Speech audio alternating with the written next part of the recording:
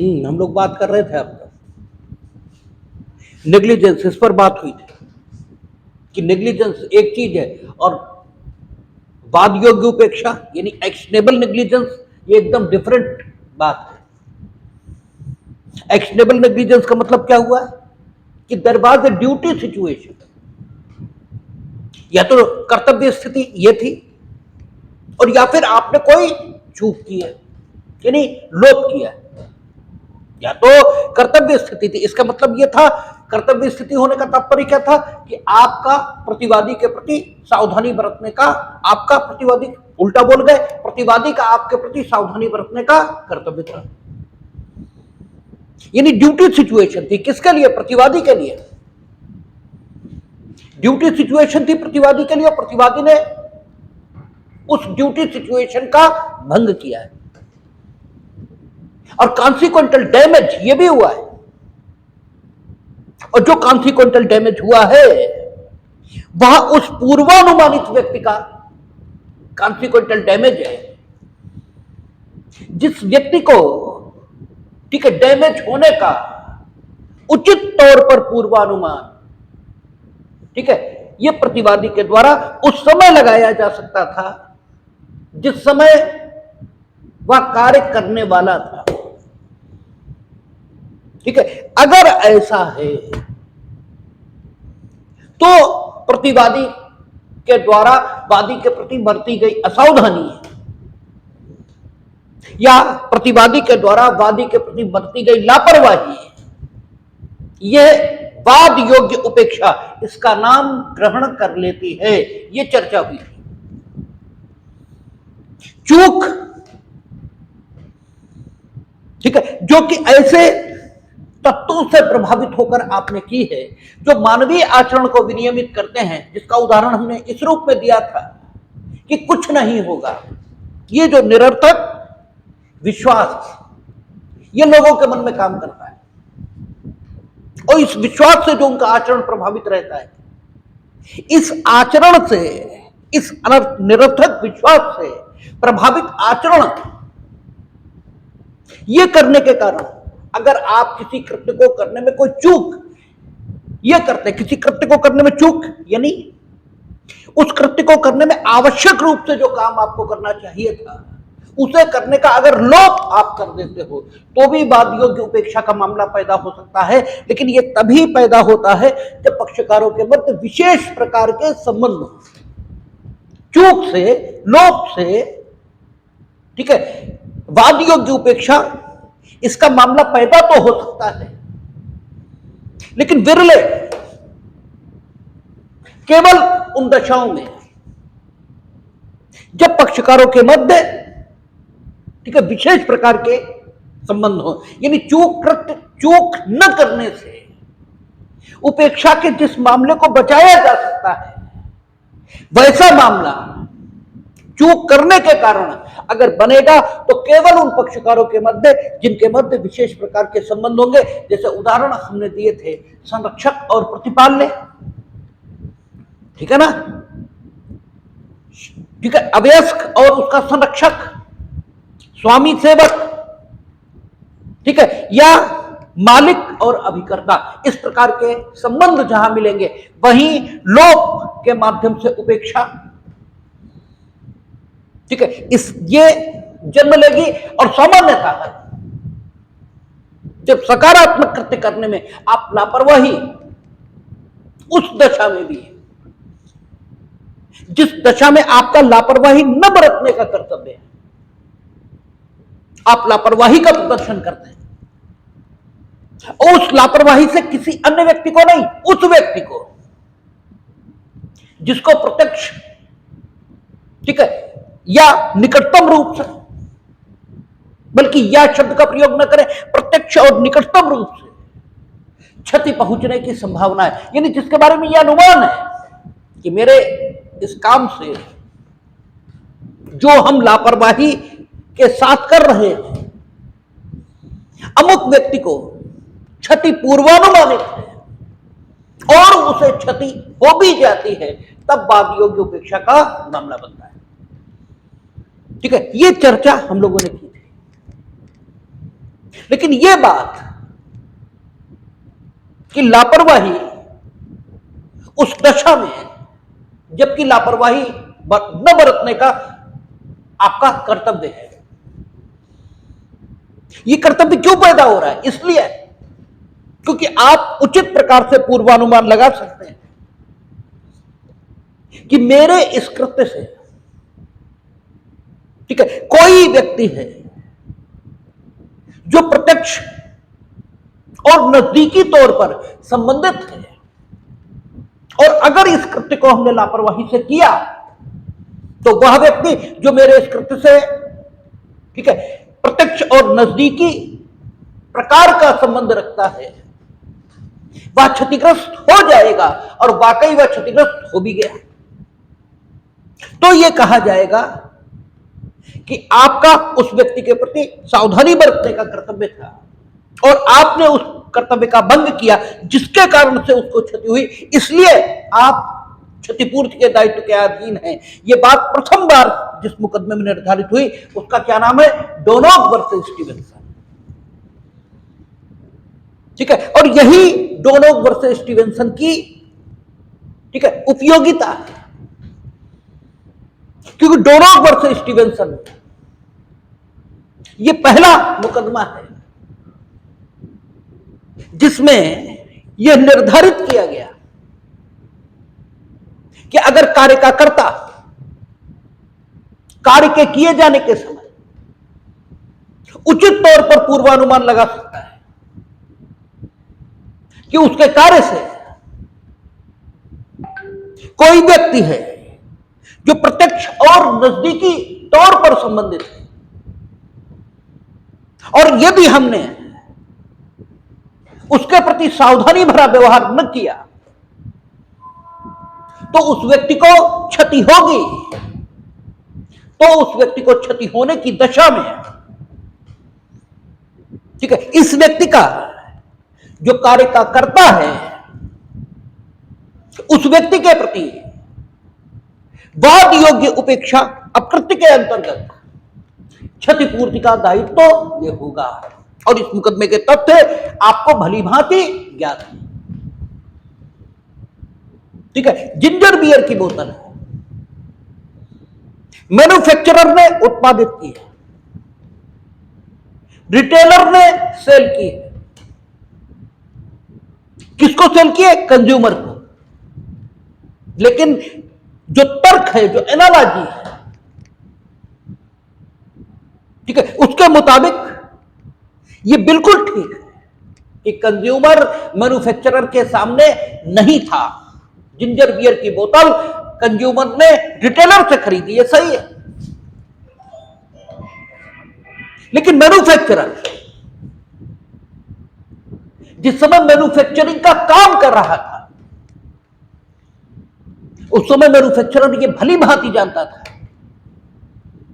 कि उत्पादक, ठीक है, ये जो उत्पादन हमने किया है, ये जो जिस उत्पाद के हम उत्पादक हैं, यह उत्पाद अंतिम रूप से किसके पास जाएगा? उपभोक्ता के पास, कंज्यूमर के पास। ये न तो रिटेलर इसे लेना है, न ये हमें लेना है। कार्य का कर्ता ये खूब जानता था कि उसका उत्पाद अंततः कंज्यूमर के पास जाना है, इसलिए कंज्यूमर उसके इस उत्पादन के कार्य से प्रत्यक्ष और नजदीकी प्रकार का संबंध रखता है।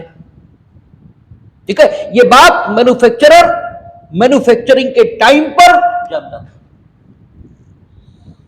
और मैन्युफैक्चरर उचित रूप से पूर्वानुमान यह लगा सकता था कि अगर मैन्युफैक्चरिंग के प्रोसेस में हमने सावधानी का परिचय नहीं दिया और जो गुणवत्ता है उत्पाद की यह प्रभावित हो गई, तो अंतिम रूप से जो व्यक्ति प्रभावित होगा वो न रिटेलर होगा, न हम होंगे, बल्कि कंज्यूमर होगा। ठीक है, यानी कार्य के किए जाने के समय कर्ता इस बात का उचित तौर पर पूर्वानुमान लगा सकता है कि उसके कार्य से प्रत्यक्ष और नजदीकी प्रकार का संबंध रखने वाला कोई व्यक्ति है जिसके प्रति सावधानी का ठीक है व्यवहार न करने पर उस व्यक्ति को डैमेज होगा, और डैमेज हुआ।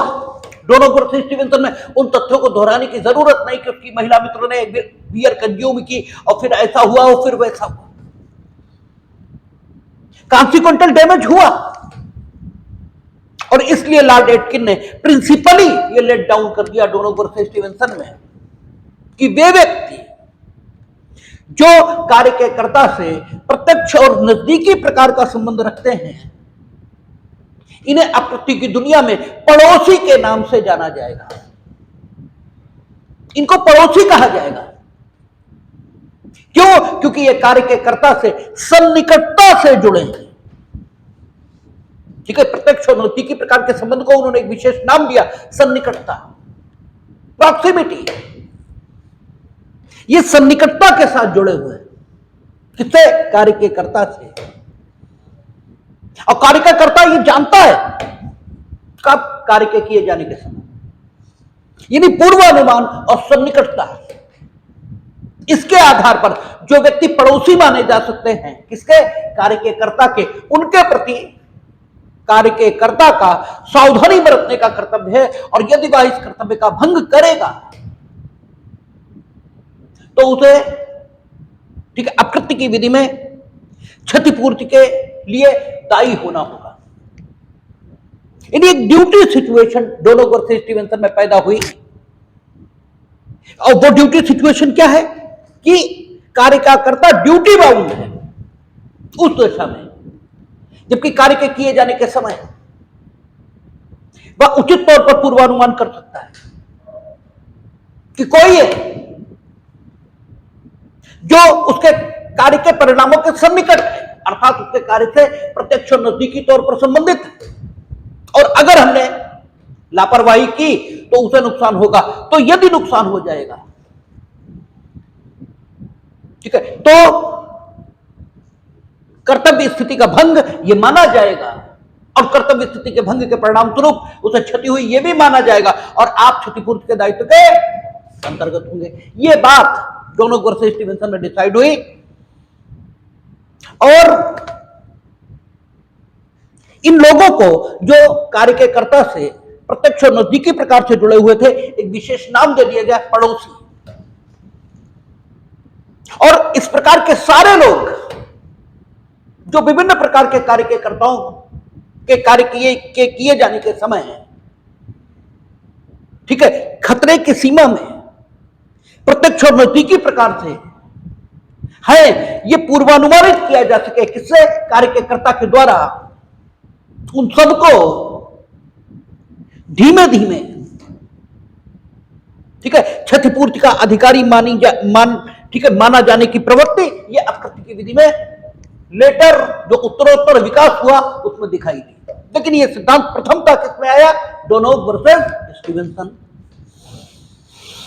और ड्यूटी सिचुएशन धीमे धीमे हर उस स्थिति में ठीक है कल्पित की गई जिस स्थिति में कार्य का कर्ता, भले ही वो कार्य का कर्ता मैन्युफैक्चरर नहीं है, वो कार्य का कर्ता कौन है? प्रोफेशनल। वो सलाहें देता है, जैसे वकील सलाह देता है, जैसे सीए सलाह देता है, ठीक है ना।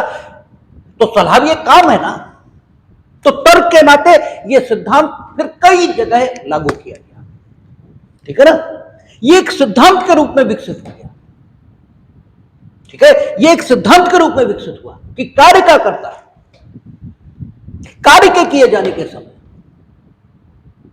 जिन व्यक्तियों को उचित रूप से पूर्वानुमान कर सकता है कि वे उसके कार्य से प्रत्यक्ष और नजदीकी तौर पर जुड़े हैं, यानी उसके कार्य के परिणामों के सन्निकट हैं, उनके प्रति सावधानी का कर्तव्य ये आपका है। और अगर आप इसका भंग करेंगे और कॉन्सिक्वेंटल डैमेज उन्हें हुआ तो आप क्षतिपूर्ति के दायित्व के अधीन होंगे। ये सिद्धांत धीमे धीमे विधिक सिद्धांत के तौर पर विकसित हो गया। ये निर्णय विधि के द्वारा दिया गया सिद्धांत और इसे विभिन्न तथ्य स्थितियों में, विभिन्न फैक्ट सिचुएशंस में लागू किया गया। और पूर्वानुमान तथा सन्निकटता इसके आधार पर विभिन्न तथ्य तथ्य स्थितियों के प्रतिवादियों को वादियों के प्रति क्षतिपूर्ति के दायित्व के अधीन किया गया। लेकिन जो लेटर डेवलपमेंट चले उसमें हम लोगों ने देखा था, पिछली क्लास में भी चर्चा हुई थी कि केवल पूर्वानुमान और केवल सन्निकटता इसी के आधार पर क्षतिपूर्ति नहीं दी गई, कुछ और कंसीडरेशंस भी जुड़े कि अगर न्याय साम्य, स्पष्टता, युक्ति संगतता, लोकनीति ये इस बात की मांग करती है कि भले ही पूर्वानुमान और सन्निकटता दोनों तत्व मौजूद हैं किसी विशेष तथ्य स्थिति में, किसी विशेष फैक्ट सिचुएशन में, लेकिन फिर भी इन तत्वों की मांग अगर यह है कि प्रतिवादी इसका दायित्व नहीं होना चाहिए तो नहीं होगा। ठीक है ना। इसका विकास कैसे कैसे हुआ, तो प्रथमतः जो सिद्धांत स्थापित हुआ वो डोनोग वर्सेस स्टीवेंसन में। डोनोग वर्सेस स्टीवेंसन के बाद ये दो केसेस में फॉलो हो गया, जिसके कारण से इसे इस्टेब्लिश लॉ ये माना जाने लगा। हमने आपसे कई बार चर्चा की है कि हम लोग as a student of law आपसी बातचीत में बहुत बार कहते हैं ये establish law of the country है, ये देश की स्थापित विधि है। विधियां तीन प्रकार की हैं, विधियां यूं तो दो ही प्रकार की हैं, निर्णयक और अग्निवित, इनेक्टेड एंड ठीक है जजमेंट लॉ, तो उसका निर्णयों में है। लेकिन एक शब्दावली हम लोगों के द्वारा प्रयोग होती है और वो क्या है, इस्टेब्लिश लॉ, स्थापित विधि। और ये इस्टेब्लिश लॉ क्या चीज है कि जब एक मुकदमे में कोई सिद्धांत ये न्यायालय के द्वारा दिया जाता है, निर्णयक विधि इसके द्वारा, और अगले दो केसेस में वो फॉलो हो जाता है तो वह इस्टेब्लिश लॉ बन जाता है। डोनोग वर्सेस स्टीवेंसन में ठीक है जो विधि का नियम प्रतिपादित हुआ पूर्वानुमान और सन्निकटता का, उसे Hedley Byrne and company versus Heller and partners limited, जो प्रोफेशनल से जुड़ा हुआ मामला है। प्रोफेशनल से meaning there by the persons who are service provider, जो सलाहें देने का काम करते हैं, उनकी सलाह पर किसी ने विश्वास किया। आप वकील की सलाह पर विश्वास करते हैं, आप सीए की सलाह पर विश्वास करते हैं, ऐसे सर्विस प्रोवाइडर जिनकी सलाह पर आप विश्वास करते हैं, आपने विश्वास किया। तो जिस समय हम सलाह दे रहे हैं, हम सलाह तो आपको दे रहे हैं, लेकिन आपके घर वाले मेरी विधिक सलाह से प्रभावित हो सकते हैं, यह बात मेरी जानकारी में होनी चाहिए। अगर हमने आपको गलत सलाह दे दी, आपका घर मकान या आपकी व्यक्तिगत स्वतंत्रता ये खतरे में पड़ गई, तो निश्चित तौर पर आपके घर वाले सफर करेंगे। ठीक है, जो सलाह देने के लिए संविदा हम लोगों के बीच, वो तो हमारे आपके बीच गठित हो रही है। ठीक है, लेकिन वे लोग मेरे पड़ोसी हैं, लॉर्ड एटकिन की भाषा में, ठीक है ना, जो आपके घर वाले में कौन है, मेरे पड़ोसी हैं। क्यों? उनके बारे में उचित तौर पर हम पूर्वानुमान कर सकते हैं कि मेरी सलाह से वे लोग भी प्रभावित हो जाएंगे। इसलिए हमें आपको सलाह देने में सावधानी का बर्ताव यह करना चाहिए। और अगर हमने सावधानी का कर्तव्य ये भंग किया और कॉन्सिक्वेंटल डैमेज उन लोगों को हो गया, तो वे लोग संविदात्मक दायित्व के अधीन नहीं, क्योंकि संविदा तो हमारे आपके बीच, और संविदा में गुप्तता का सिद्धांत होता है। संविदा का भंग अगर हुआ, ठीक है, हमने आपको लापरवाही से सलाह दी, उससे आपको भी नुकसान हुआ और आपके घर वालों को भी हुआ। अगर डोनोग वर्सेस स्टीवेंसन ना हो तो आप तो हमारे खिलाफ मुकदमा ले आएंगे संविदा भंग के लिए कि आपने ठीक है लापरवाही से सलाह दी जिसकी वजह से हमें नुकसान हो गया। ठीक है ना, आप तो ले आएंगे, लेकिन घर वाले, उनसे तो मेरा कोई संविदात्मक संबंध यह है नहीं। और डोनोग वर्सेस स्टीवेंसन डिसाइड नहीं हुआ है। ठीक है, तो वे लोग अपने को हुई क्षति के लिए मुकदमा किस प्रकार मेरे खिलाफ लाएंगे, क्योंकि वे लाएंगे तो हम संविदा की गुप्तता, प्रिविटी ऑफ कॉन्टेक्ट, ये प्रश्न उठाएंगे। कि संविदा की गुप्तता, पक्षकारों की गुप्तता, प्रतिफल की गुप्तता, ये दोनों होती है। केवल पक्षकार ये मेरे विरुद्ध, ठीक है, संविदागत अधिकारों और दायित्वों के बारे में मुकदमा ये ला सकते हैं, ये कौन होते हैं? डोनोग वर्सेस स्टीवेंसन ने इस स्थिति को पलट कर रख दिया, क्योंकि डोनोग वर्सेस स्टीवेंसन में लॉर्ड एटकिन क्या कह रहे हैं, वो मेरे पड़ोसी ये हैं। क्यों? क्योंकि कार्य के किए जाने के समय हम उचित तौर पर पूर्वानुमान कर सकते थे कि मेरे कार्य से वे प्रत्यक्ष और नजदीकी तौर पर संबंधित, अर्थात में मेरे कार्य के परिणामों के सन्निकट हैं। इसलिए हमें उनके प्रति सावधानी का कर्तव्य ये रखते हुए आपको लापरवाही की सलाह नहीं देनी चाहिए। मेरी इस लापरवाही से दो प्रकार के वाद कारण ये उत्पन्न हो जाएंगे, एक संविदा इसके अंतर्गत और एक अकृत्य इसके अंतर्गत। संविदा में सिर्फ आपको वाद कारण उपलब्ध होगा, जबकि अकृत्य में आपके घर वालों को भी उपलब्ध हो जाएगा। दिस इज द ब्यूटी, ये खूबसूरती है डोनोग वर्सेस स्टीवेंसन की, ठीक है। वास्तव में डोनोग वर्सेस स्टीवेंसन ने न्याय ये किया है, क्योंकि आपके कार्य से प्रत्यक्ष जो प्रभावित हो रहा वो तो ठीक है, प्रत्यक्ष प्रभावित हो रहा मीनिंग कर भाई आपसे जो प्रत्यक्ष संव्यवहार कर रहा था वो तो प्रभावित हो गई, लेकिन आपके कार्य से जो पूर्वानुमानित था उचित तौर पर कि प्रभावित हो जाएगा और प्रभावित हो गया, तो आखिर आपको उसके प्रति अपने कार्य के परिणाम को क्यों नहीं भुगतना चाहिए, ठीक है। आपको उसके प्रति हुए कार्य के दुष्परिणाम से बचने की अनुज्ञा ये क्यों दी जाए? और बस इसी स्थिति को किसने पहली बार क्योर किया है, किसने? डोनोग वर्सेस स्टीवेंसन ने। That is why it is a historical decision, इसीलिए हिस्टोरिकल है।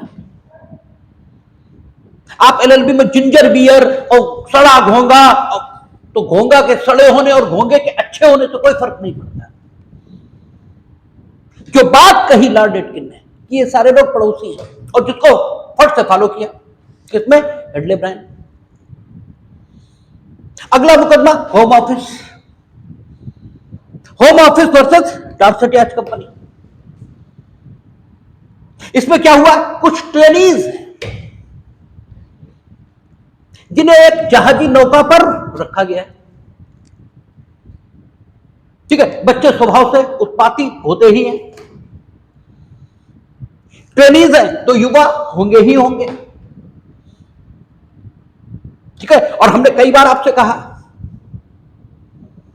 कि युवा वही है जो व्यवस्था को बदल देने में विश्वास रखे, और व्यवस्था को बदल देने के लिए, ठीक है, जो वर्तमान व्यवस्था है इसे तोड़ना ये जरूरी होता है। इसलिए युवा जो वाकई है, खाली उम्र से युवा नहीं है, वाकई युवा है, जिसकी मनोवृत्ति युवा है, वो तोड़फोड़ करेगा ही। इसलिए उसकी उचित देखभाल ये होनी चाहिए। अब home office versus Dorset yacht company में क्या हुआ? युवा प्रशिक्षणार्थी हैं, जहाजी नौका पर मौजूद हैं, और जो इंस्ट्रक्टर गण हैं वो आराम से सो गए। ये सब रात में निकले, खूब उत्पात मचाया, और जहाजी नौका उसे भी तोड़ फोड़ किया, जिस पर ये ट्रेनिंग के लिए मौजूद थे। होम ऑफिस के खिलाफ मुकदमा आया, क्योंकि होम ऑफिस के कर्मचारी हैं वे सब, जिनका कर्तव्य था कि वे नियंत्रण बनाए रखें उन लोगों पर।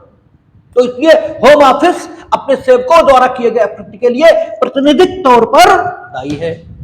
कि हम लोग विकेरियस लायबिलिटी, जब हम लोगों ने general principle of the tort में बात की थी, तब सारी बात आई थी, उन सिद्धांतों की चर्चा हुई थी जिनके आधार पर विकेरियस लायबिलिटी टॉर्ट में मौजूद है। उन सिद्धांतों की चर्चा यहां शुरू करेंगे तो फिर विषयांतर होगा, फिर वही चर्चा चलेगी, फिर ये दरकिनार हो जाएगा। इसलिए उसकी चर्चा पूर्व में हो चुकी, यहां उसकी चर्चा बस इतनी ही प्रासंगिक है। अब होम ऑफिस, इसमें क्या हुआ? युवा प्रशिक्षणार्थी भाग गए, जहाजी नौका को नुकसान भी पहुंचाया। जहाजी नौका के जो स्वामी हैं वे मुकदमा लाए, किसके खिलाफ? होम ऑफिस के खिलाफ। और होम ऑफिस के खिलाफ मुकदमा लाकर उन्होंने कहा है कि यह उचित तौर पर पूर्वानुमान ये लगा सकते थे कि अगर ये लापरवाही भरा कृत्य करेंगे, अर्थात उन पर उचित नियंत्रण न बनाए रखने का जो इनका विधिक कर्तव्य है, दोनों पर से स्टीवेंसन के मुताबिक, इसलिए क्योंकि ये उचित तौर पर पूर्वानुमानित कर सकते थे कि अगर ये नियंत्रण स्थापित नहीं करेंगे तो युवा प्रशिक्षणार्थी भाग निकलेंगे और वे इसी प्रकार का व्यवहार करेंगे जिस प्रकार का उन्होंने किया, और उससे हमें नुकसान होगा। ठीक है, और वही हुआ। तो पूर्वानुमान और सन्निकटता दोनों तत्व तो मौजूद हैं। इन्हें मालूम था कि इनके इस कार्य के परिणाम से प्रत्यक्ष रूप से हम संबंधित हैं, क्यों? हम जहाज के मालिक हैं, और यह उचित तौर पर पूर्वानुमानित हो सकता था कि तोड़फोड़ करेंगे। ठीक है, जहाज के मालिकों के इस बात के खिलाफ होम ऑफिस की प्रारंभिक आपत्ति यही थी कि अगर युवा प्रशिक्षणार्थियों को कोई नुकसान होता तो उनके प्रति तो हम दायित्व के अधीन थे। इन जहाज के कर्म जो मालिक हैं, इन्हें युवा प्रशिक्षणार्थियों ने कोई नुकसान पहुंचाया उसके लिए हम दायित्व के अधीन नहीं। कोर्ट ने कहा नहीं, ये पड़ोसी है। कौन? जहाज के मालिक। क्यों पड़ोसी? इसलिए क्योंकि जब तुम लापरवाही का कृत्य कर रहे थे, उचित तौर पर पूर्वानुमानित कर सकते थे कि इस लापरवाही का परिणाम इन्हीं को भुगतना होगा। तो पूर्वानुमान और सन्निकटता ये दो तत्व स्थापित होकर आ गए। लेकिन अगली बात, क्या पूर्वानुमान और सन्निकटता यही पर्याप्त है? यानी जिस फैक्ट सिचुएशन में पूर्वानुमान और सन्निकटता ये दो तत्व संतुष्ट हो जाए, उस फैक्ट सिचुएशन में क्या हमें दायित्व उत्पन्न ही कर देना चाहिए? ठीक है, यह सवाल अब पैदा होना शुरू हुआ, क्योंकि जब कोई समस्या शुरू होती है फिर धीमे धीमे उस समस्या के जो अन्य भाग हो सकते हैं, अन्य पक्ष हो सकते हैं, वे धीमे धीमे सामने आना शुरू होते हैं। यही समाज का नियम है, यही ठीक है सामान्य बुद्धि का नियम। धीमे धीमे सारे पक्ष सामने आना शुरू होते हैं। अब धीमे धीमे सामान्य ठीक है सामने आना शुरू हुए, और उन पक्षों के सामने आने का जो माध्यम बना वो एंस का मुकदमा बना। ठीक है, यद्यपि एंस का मुकदमा आज मर्फी बनाम ब्रेटवुड डिस्ट्रिक्ट काउंसिल, इस मुकदमे में हाउस ऑफ लॉर्ड्स के द्वारा निरस्त किया जा चुका है। और उससे पूर्व ठीक है ली Sillavan versus Aliakmon shipping company, Leigh and Sillavan versus Aliakmon shipping company और कैप्रो इंडस्ट्रीज वर्सेस डिकमैन, इन दो मुकदमों में हाउस ऑफ लॉर्ड्स के द्वारा यह भी कहा जा चुका है कि एंस का मुकदमा ये किसी ऐसे व्यवहारिक मापदंड को स्थापित नहीं करता जिसके मुताबिक हर तथ्य स्थिति में वाद योग्य उपेक्षा है या नहीं है यह निर्धारित किया जा सके। कहने का अर्थ यह कि यद्यपि एंस के मुकदमे की बहुत आलोचना हुई है, क्योंकि एलिए कमान Leigh and Sillavan versus Aliakmon shipping company और कैप्रो इंडस्ट्रीज वर्सेस डिकमैन, इन दो मुकदमों में जब एंस का मुकदमा निरस्त भी नहीं हुआ था तभी हाउस ऑफ लॉर्ड्स ने यह कह दिया कि एंस के मुकदमे में जो कुछ कहा गया है हर फैक्ट सिचुएशन में उसके आधार पर क्षतिपूर्ति दी जाए, ये ठीक नहीं है, क्योंकि एंस का मुकदमा किसी व्यवहारिक सामान्य सिद्धांत की स्थापना ये नहीं करता, कोई ऐसा जनरल प्रिंसिपल लेट डाउन नहीं करता एंस का मुकदमा।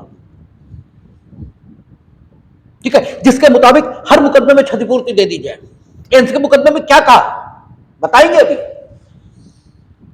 क्योंकि एंस का मुकदमा वो मुकदमा है जो विभिन्न ठीक है प्रतिबंध जो डोनोग वर्सेस स्टीवेंसन में प्रतिपादित पूर्वानुमानों से निकटता का सिद्धांत है, उस पर लगाने के लिए जो विभिन्न प्रतिबंध हैं, उनके जो आधार हैं, उनके उत्पन्न होने का माध्यम बनेगा एंस का मुकदमा।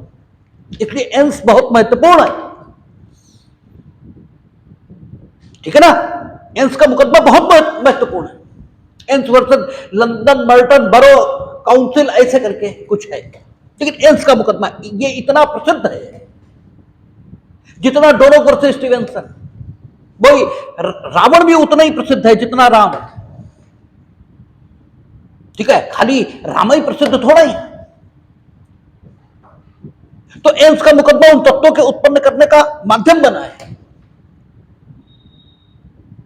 ठीक है। और जब उत्पन्न करने का माध्यम बना तो निश्चित बेवकूफी की बात कही गई होगी, क्योंकि अगर बुद्धिमत्ता की बात कही गई होती तो फिर वही बात खत्म हो गई होती। गोलकनाथ डिसाइड होगा तभी तो केशवानंद भारती आएगा, एक गोपालन डिसाइड होगा तभी तो मेनका गांधी आएंगी। जब निहायत बेवकूफी की बात कही जाएगी तभी तो कुछ होगा, तभी तो उसे रिकंसीडर करने की बात चलेगी। पहली बार में बहुत अच्छी बात कह दी जाए तो रिकंसीडरेशन की जरूरत है,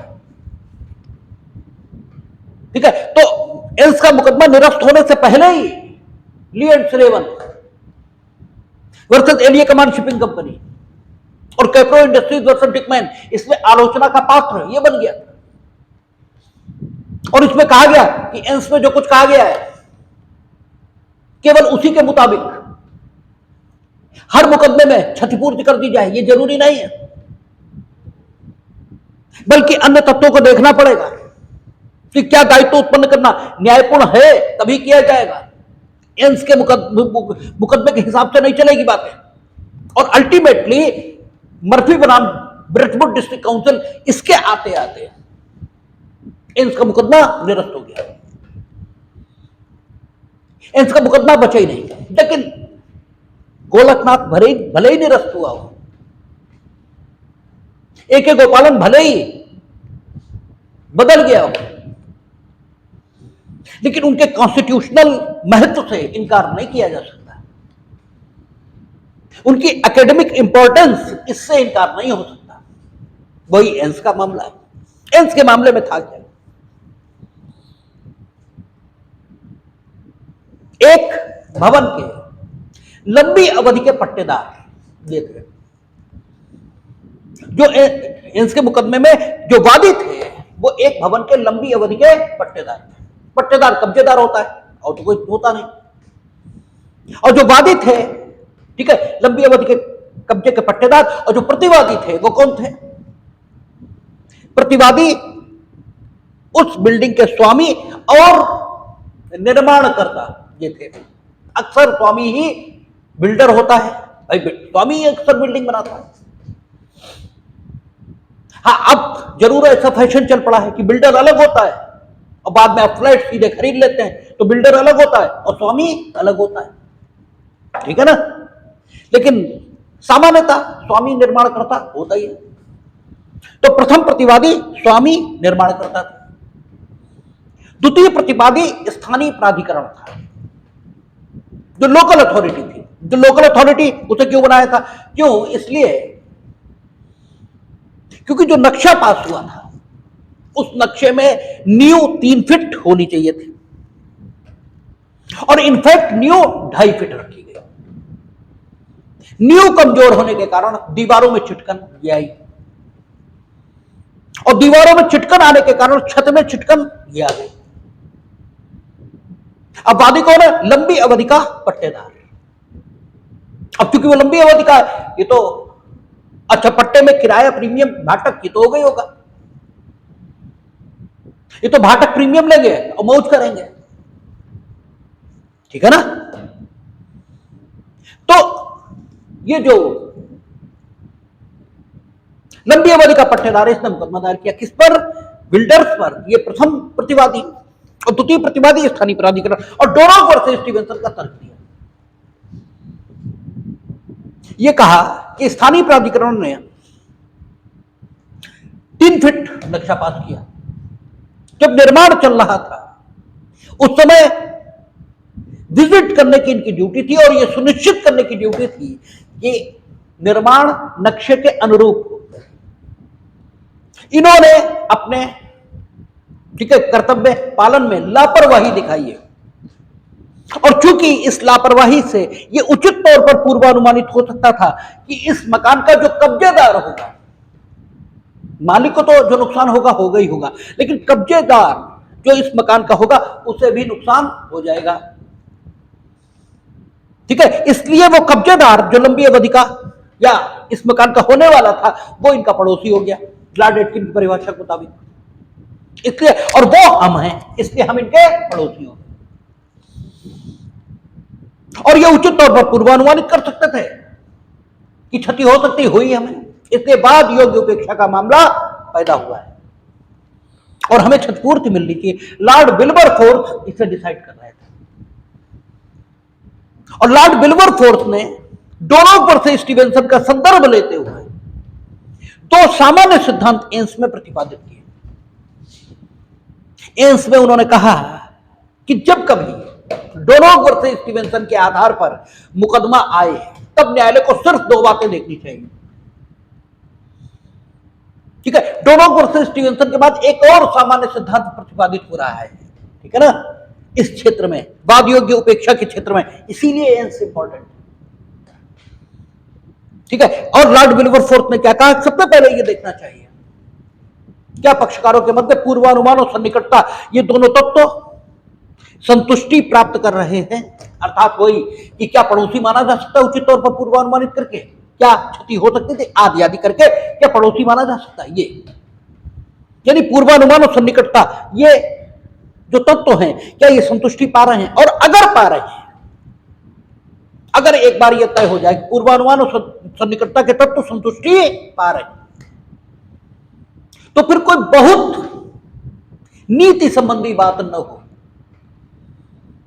ठीक है, यानी कोई ऐसी बात ना हो जो कर्तव्य को नकारती हो, कोई ऐसी बात ना हो जो प्रतिवादी के कर्तव्य को नकारती हो, अर्थात जैसे वॉलंटी नॉन फिट इंजूरिया, सम्मति इन्होंने दे दी थी तो सम्मतिदाता को कोई क्षति नहीं होती, ये आ जाएगा।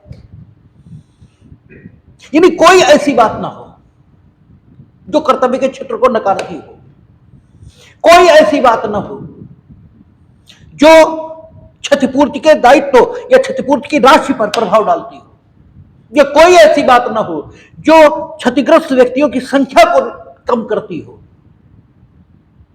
ऐसी एक्सेप्शनल बातें न हो तो हमेशा क्षतिपूर्ति देनी चाहिए। यानी एन्स में क्या कह दिया कि पूर्वानुमान और सन्निकटता के संतुष्ट होते ही सामान्य नियम यह होगा कि क्षतिपूर्ति दी जाएगी, और अपवादिक स्थिति क्या होगी कि क्षतिपूर्ति नहीं दी जाएगी। ये एन्स से आ गया। अब इसके आते ही बवाल हो गया, इसके आते ही बवाल हो गया। अगला मुकदमा आया पीबोडी डोनेशन फंड। ठीक है, Peabody donation fund versus sir Lindsay Parkinson, ठीक है, एंड कंपनी लिमिटेड है। ये क्या है पीबोडी डोनेशन फंड, यह हमें याद है। अगला मुकदमा पीबोडी डोनेशन फंड आ गया हाउस ऑफ लॉर्ड्स के सामने। इस सिद्धांत के आधार पर हाउस ऑफ लॉर्ड्स के सामने भी मामले आए और प्रीवी काउंसिल के सामने भी मामले आए, और ऐसी तथ्य स्थितियों के मामले आए कि आपको भी लगेगा, आपके मन में भी आएगा कि यहां पर तो कम से कम, ठीक है, प्रतिवादी का दायित्व तो नहीं ही होना चाहिए।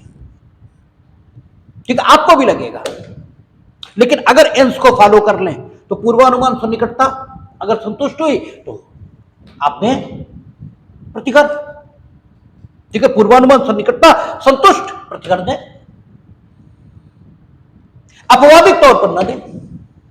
इसलिए एन्स के बाद में जो ये निर्धारित हुआ इसमें नई नई चीजें जोड़ी गई और अंततः एन्स को, ठीक है, एन्स की बुरी तरह आलोचना किसमें हुई, Leigh and Sillavan versus Aliakmon shipping company, और अंततः, ठीक है, और दूसरा कैप्रो इंडस्ट्रीज में भी उसकी आलोचना हुई, और अंततः मर्फी बनाम ब्रेडवुड डिस्ट्रिक्ट काउंसिल में निरस्त, ठीक है, उसमें निरस्त कर दिया। उसके बाद फिर फॉलो किया, ठीक है, उन सारी चीजों को जो एन्स से लेकर मर्फी बनाम ब्रेडवुड डिस्ट्रिक्ट काउंसिल तक के मुकदमों में House of Lords of Privy Council ने, ठीक है, विभिन्न चीजें बताई थी, उन सबको जोड़ते हुए किसमें, डोनोव वर्सेस स्टीवेंसन में फिर से डिसाइड किए कौन से, ठीक है, जूनियर ब्रुक्स लिमिटेड वर्सेस बेची एंड कंपनी लिमिटेड। और भारतीय मुकदमों में भी उन सब चीजों को ध्यान में रखते हुए पड़ोसी के सिद्धांत को इनकॉर्पोरेट किया, किसने, Maharashtra state transport road transport corporation versus Basanti by. यानी आज की तिथि पर जो कानून है वो क्या है, डोनोव वर्सेस स्टीवेंसन प्लस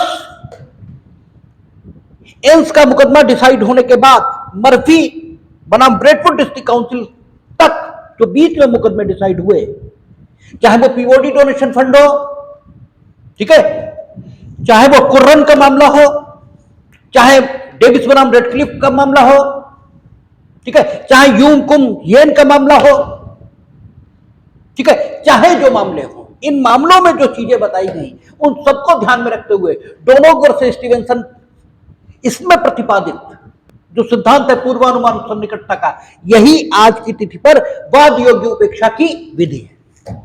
और इस सबको ध्यान में रखकर जो मुकदमे डिसाइड हुए वो कौन सा, जूनियर ब्रुक्स लिमिटेड वर्सेस बेची एंड कंपनी, ठीक है, Maharashtra state transport road transport corporation versus Basanti by, ये मुकदमे डिसाइड हुए। और आज की विधि वही है। इसके बाद जो स्थिति आई वो किसमें आई, पीओडी डोनेशन फंड। अब पीओडी डोनेशन फंड में क्या हुआ, वहां कौन थे, लंबी अवधि के पट्टेदार, इसके मामले में यहां स्वामी आ गए। यहां स्वामियों ने खुद नक्शा पास कराया और खुद ही नक्शे के मुताबिक नहीं बनवाया, और जब खुद ही नक्शे के मुताबिक नहीं बनवाया तो दोषपूर्ण नाली व्यवस्था के कारण, दोषपूर्ण, ठीक है, सीवर सिस्टम के कारण मकान को नुकसान हुआ, वो पहुंच गए। मतलब खुद ही नक्शा पास कराया, खुद ही नक्शे के मुताबिक नहीं बनवाया, और जब नुकसान हो गया तो पहुंच गए,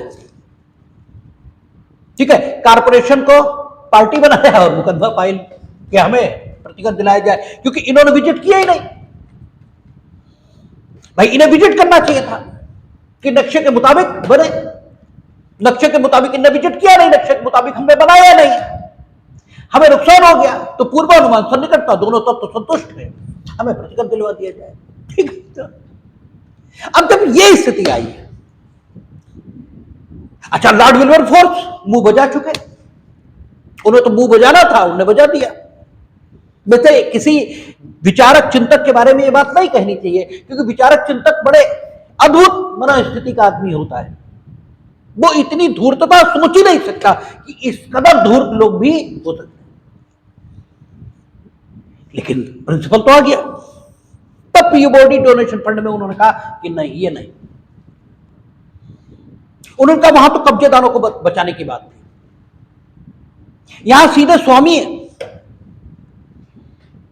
इसलिए उन्होंने कहा पूर्वानुमान सन्निकटता ये तब तो भले ही संतुष्ट हो जाए, लेकिन न्याय, ठीक है, स्पष्टता, युक्ति संगतता, अगर ये विरोध करती है, ठीक है, तो फिर पूर्वानुमान और सन्निकटता इसकी संतुष्टि होने के बाद भी, ठीक है, क्षतिपूर्ति नहीं होगी। तो एक चीज और आ गई, अभी एल्स निरस्त नहीं है, अभी लॉर्ड विल्बरफोर्स जिंदा है, वो अभी टाइगर जिंदा है, उसी हिसाब से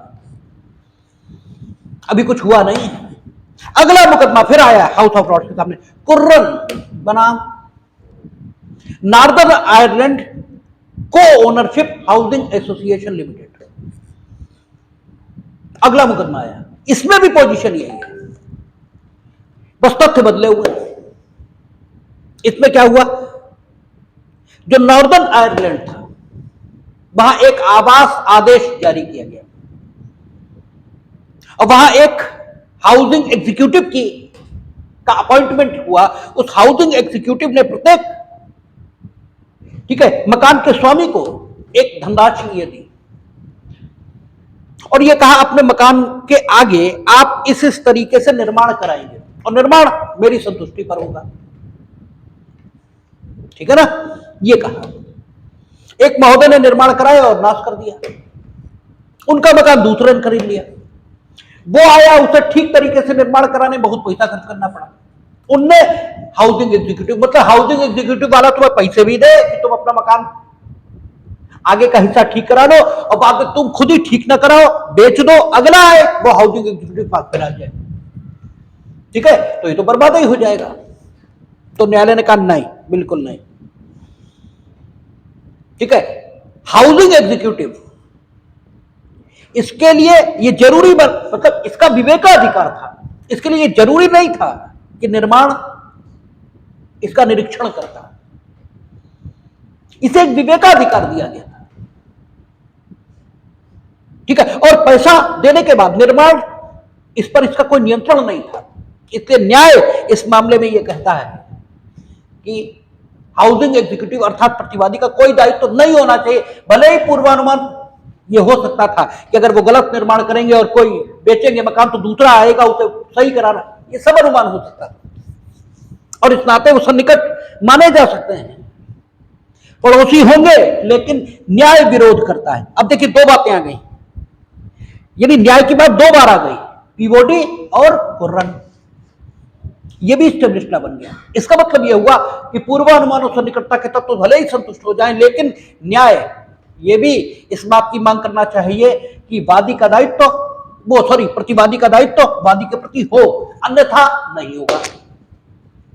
एक चीज याद है, ऐसे प्रीवी काउंसिल के सामने दो मामले आए, हाउस ऑफ लॉर्ड्स इंग्लैंड का, ठीक है, सुप्रीम कोर्ट ये रहा है, तो प्रीवी काउंसिल इंग्लैंड के उपनिवेश जो थे और जो हैं उनका उच्चतम न्यायालय, तो प्रीवी काउंसिल के सामने भी दोनों मामले आए, दोनों मामले मीनिंग देर बाय दो मामले आए, टॉम बो Yuen Kun Yeu versus attorney general of Hong, और दूसरा है डेविस बनाम रेडक्लिफ। दोनों मामलों में पैसा जमा किया गया था, ठीक है। डेविस बनाम रेडक्लिफ में बैंक का लाइसेंस जिन्हें दिया गया था उनके पास पैसा जमा हुआ था, और यूम कुम येन में जिन्हें डिपॉजिट कंपनी यानी जो सेविंग कंपनियां, इसका लाइसेंस जिसे दिया गया था, ठीक है, उनके पास पैसा जमा हुआ था। यानी गवर्नमेंट से मान्यता प्राप्त बैंकों में और गवर्नमेंट से मान्यता प्राप्त कंपनियों में पैसा जमा करने का मामला था, और उसमें पैसा जमा किया गया, और जैसे हमारे यहां भी सहारा लेके भाग गई, फलाना लेके भाग गया, ये होता रहता है, मामी लेके भाग गए। उन सब ने उन संस्थाओं पर जिन्होंने लाइसेंस दिए थे, यूमकुम येन के मामले में वो कमिश्नर कहलाते थे, और वहां ट्रेजर एंड फाइनेंस बोर्ड ये कहलाता था, उस पर मुकदमे किए कि साहब हमारे पैसे ये दिलवाओ, ठीक है, क्योंकि ये पूर्वानुमान कर सकता था कि अगर गलत लोग बैंकिंग और सिस्टम में आ जाएंगे तो हमारा मामला डूब जाएगा, इसलिए हम सन्निकट थे। कोर्ट ने कहा नहीं, यहां तो सन्निकटता का तत्व ही संतुष्ट नहीं होता। उन्होंने कहा कि आपको खूब मालूम होता है,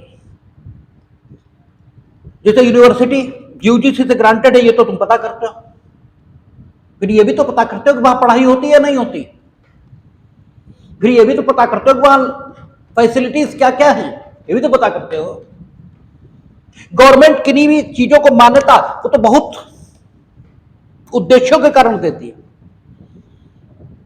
जैसे उसने मान्यता सिर्फ इसलिए इस उद्देश्य से दी है कि पता रहे कि देश में कितनी संस्थाएं लोगों से पैसा जमा करवा रही हैं, बाकी उनकी क्रेडिट चेक करने के लिए उसने कोई सिस्टम बनाया ही नहीं। अरे तुम्हारी भी तो कोई ड्यूटी थी यार, ठीक है, तुम भी तो कुछ पता करते हैं। तो उन्होंने कहा कि दोनों संस्थाओं का जमाकर्ताओं के प्रति कोई दायित्व नहीं था, क्योंकि न्याय के दृष्टिकोण से इन लोगों को, जमाकर्ताओं को सन्निकट ही नहीं माना जा सकता, यानी न्याय एक तत्व उभरने लगा, ठीक है। ये तो ये चार मुकदमे, तो प्रीवी काउंसिल के और तो हाउस ऑफ लॉर्ड्स के, इससे ये तय हो गया कि पूर्वानुमान और सन्निकटता के तत्वों की संतुष्टि होने के बाद भी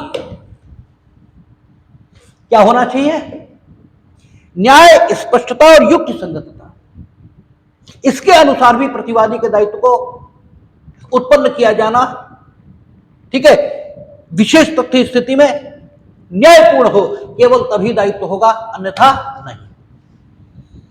इसके बाद आता है Alcock versus chief constable of the Yorkshire police, Calveley versus chief constable of the Merseyside police. ठीक है, ये मुकदमे आते हैं और इनसे यह निकल कर आता है कि यद्यपि पुलिस का यह कर्तव्य है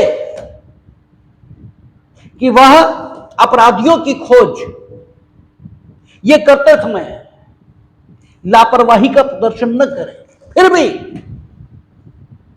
उन अपराधियों द्वारा,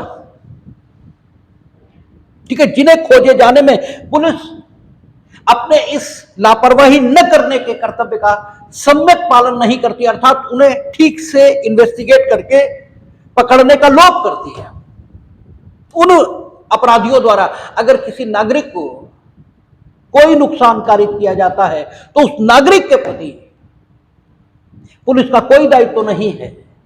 क्यों? क्योंकि वो नागरिक सन्निकट नहीं माना जाएगा। पुलिस ये तो अनुमान लगा सकती है कि अपराधी अगर नहीं पकड़ा तो वो किसी को क्षति पहुंचा सकता है, लेकिन वो ये अनुमान नहीं लगा सकते कि मिस्टर ए को क्षति पहुंचाएगा या मिस्टर बी को। इसलिए मिस्टर ए या मिस्टर बी ये पुलिस के सन्निकट नहीं माने जा सकते। और साथ ही साथ इन दोनों मामलों में यह भी कहा कि पब्लिक पॉलिसी, इसकी भी डिमांड ये है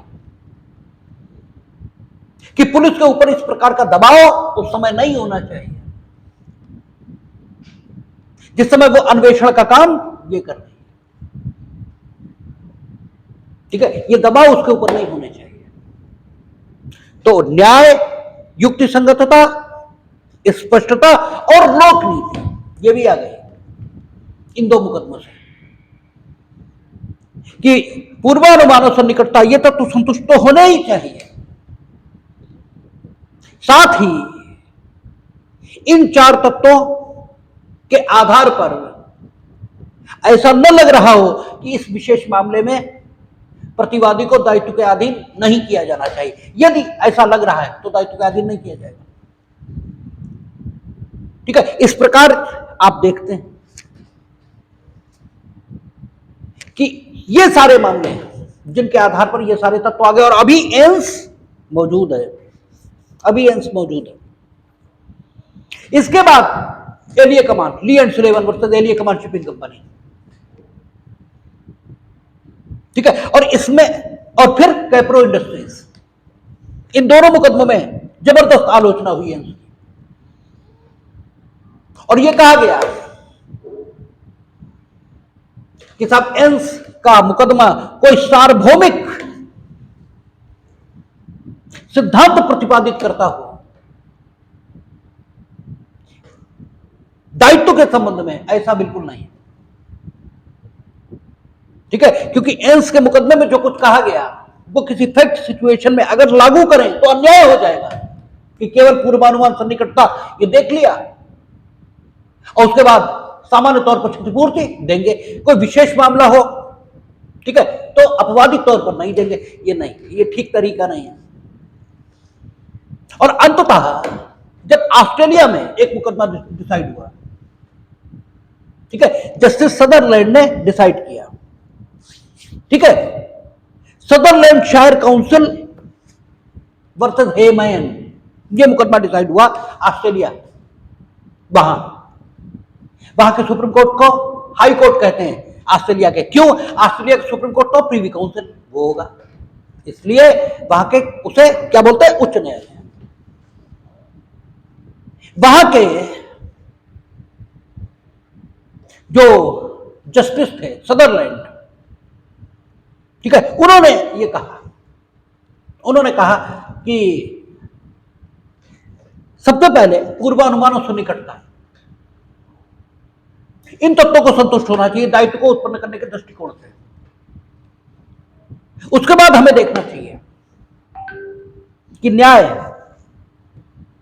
स्पष्टता, युक्ति संगतता और लोक नीति क्या इनके आधार पर या इनके आधार पर मीनिंग दे रहे थे, इनको ध्यान में रखते हुए क्या इस विशेष मामले में दायित्व को उत्पन्न करना उचित होगा? अगर उत्तर मिले हां, ठीक है, तो फिर दायित्व उत्पन्न करना चाहिए। इसका मतलब बाद योग्य उपेक्षा निर्धारित करने के लिए आज क्या करना पड़ेगा? पूर्वानुमान सन्निकटता। सबसे पहले ये देखेंगे, फिर ये देखेंगे कि लोकनीति, न्याय, स्पष्टता, युक्ति संगतता, इसके दृष्टिकोण से कहीं ऐसा तो नहीं लगता कि दायित्व नहीं होना चाहिए। नहीं होना चाहिए तो फिर नहीं करना।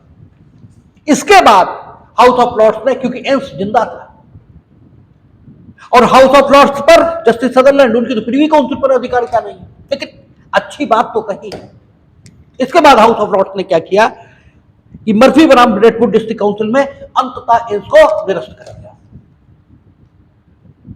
ठीक है ना। और ये बातें मान ली जो पीओडी डोनेशन फंड से लेकर अब तक डिसाइड होकर, लेकिन वही बात है कि डिसाइड करने के लिए भी आधार चाहिए और निरस्त करने के लिए भी आधार चाहिए। इसका बाद निरस्त करे तो काहे आधार पे, किस आधार पे? तो ये कहा ये शुद्ध इकोनॉमिक लॉस का मामला है। एंस का मामला शुद्ध इकोनॉमिक लॉस का मामला है, जबकि ठीक है डोनोग वर्सेस स्टीवेंसन जहां से यह दायित्व शुरू होता है वहां दायित्व इकोनॉमिक लॉस के लिए नहीं माना गया। वहां जो दायित्व माना था काहे के लिए? शरीर को हुई क्षति के लिए और संपत्ति को हुई क्षति के लिए।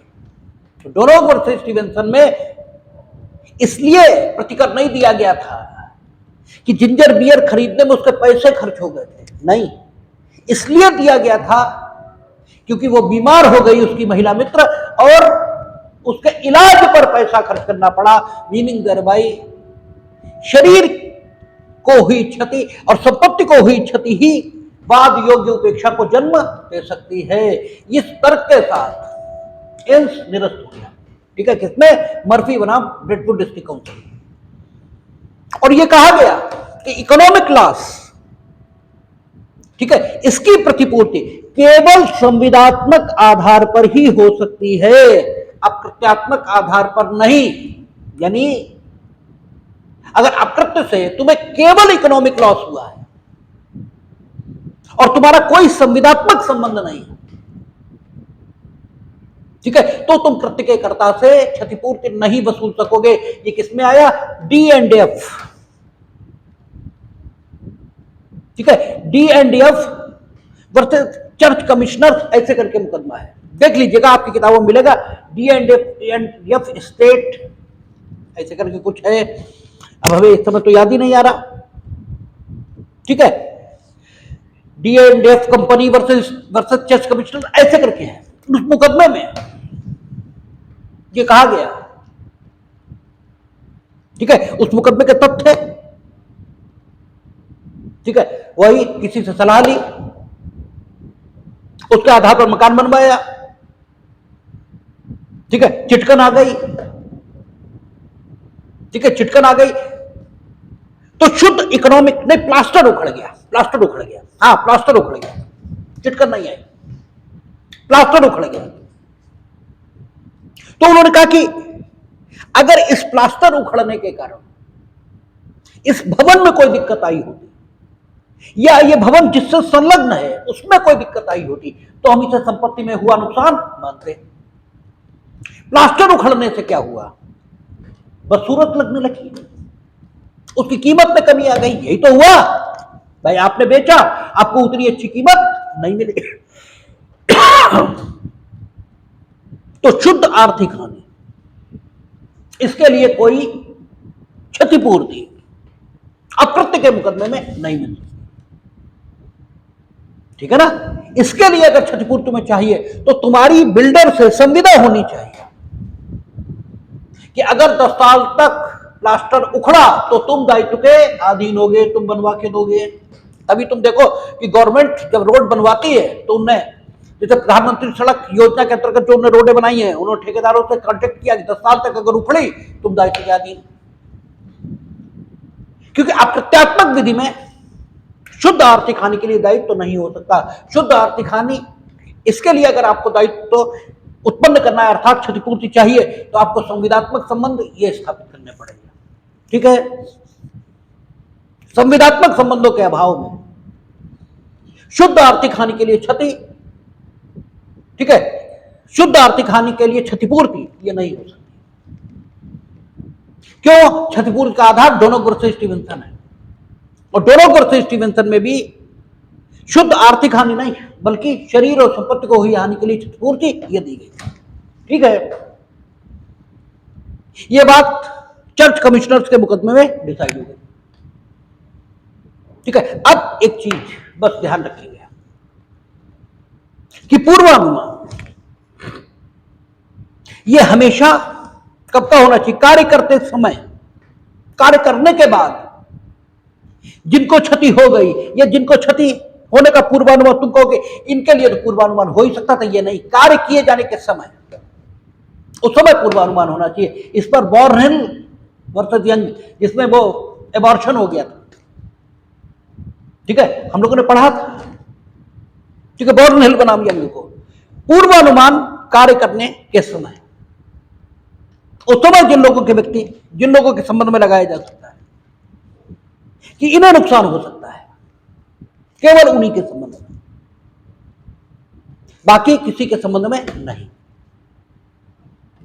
ठीक है, और इन सारे तत्वों को ध्यान में रखकर जो पीबॉडी डोनेशन फंड से लेकर के और बाद के मुकदमों तक में जो आपको बताए, ठीक है, यानी कहां तक? कालवेले वर्सेस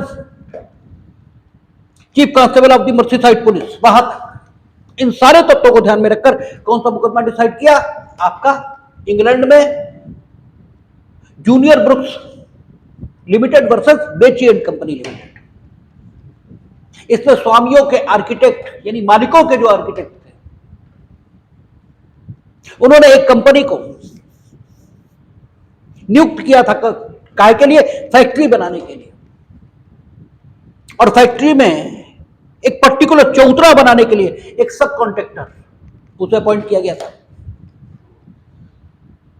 सब कॉन्ट्रैक्टर को यह मालूम था कि इसी चौतरे पर उत्पादन होना है, उन्होंने दोषपूर्ण बनाया, चौतरा दोषपूर्ण बनाया, जिसके कारण से नुकसान हो गया। सब कॉन्ट्रैक्टर्स का कहना यह था कि हमारी जो संविदा है किसके साथ है? कॉन्ट्रैक्टर्स के साथ है। ठीक है, हमारी संविदा तो कॉन्ट्रैक्टर्स के साथ है, यह हमसे वसूल है क्षतिपूर्ति। जो फैक्ट्री के मालिक कौन होते हैं, इनसे क्या मतलब? लेकिन अकृत्य की विधि में इस सब कॉन्ट्रैक्टर का पड़ोसी कौन माना जाएगा? फैक्ट्री का मालिक।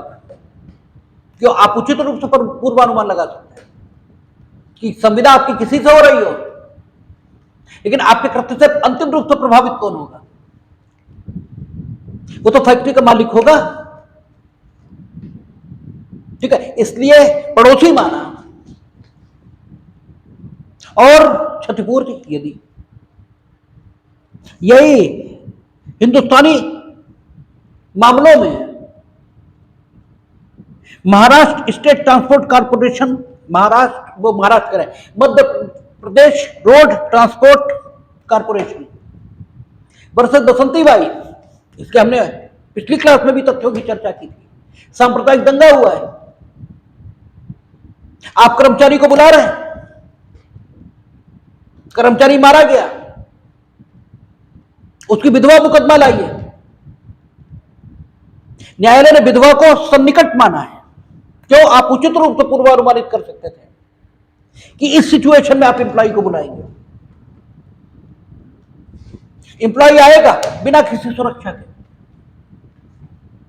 उसे नुकसान होने का पूर्वानुमान क्या ये आपको नहीं है? और अगर है तो आपको ये नहीं मालूम कि उसे नुकसान होने की सूरत में, ठीक है, आपके इस कृत्य के परिणाम स्वरूप जो उसे नुकसान होगा, उससे अंतिम रूप से प्रभावित कौन कौन हो जाएगा? उसके परिवार वाले होंगे, वे आपके पड़ोसी नहीं हो गए।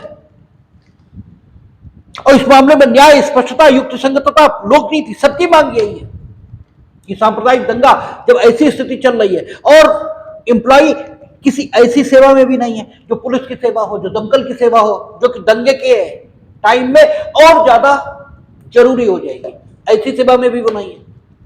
तो तुमने काहे बुलाया उसे? और अगर बुलाया तो सुरक्षा क्यों नहीं दी? तो तुमने कर्तव्य का भंग किया है। पूर्वानुमान सन्निकटता दोनों तक तो संतुष्ट है।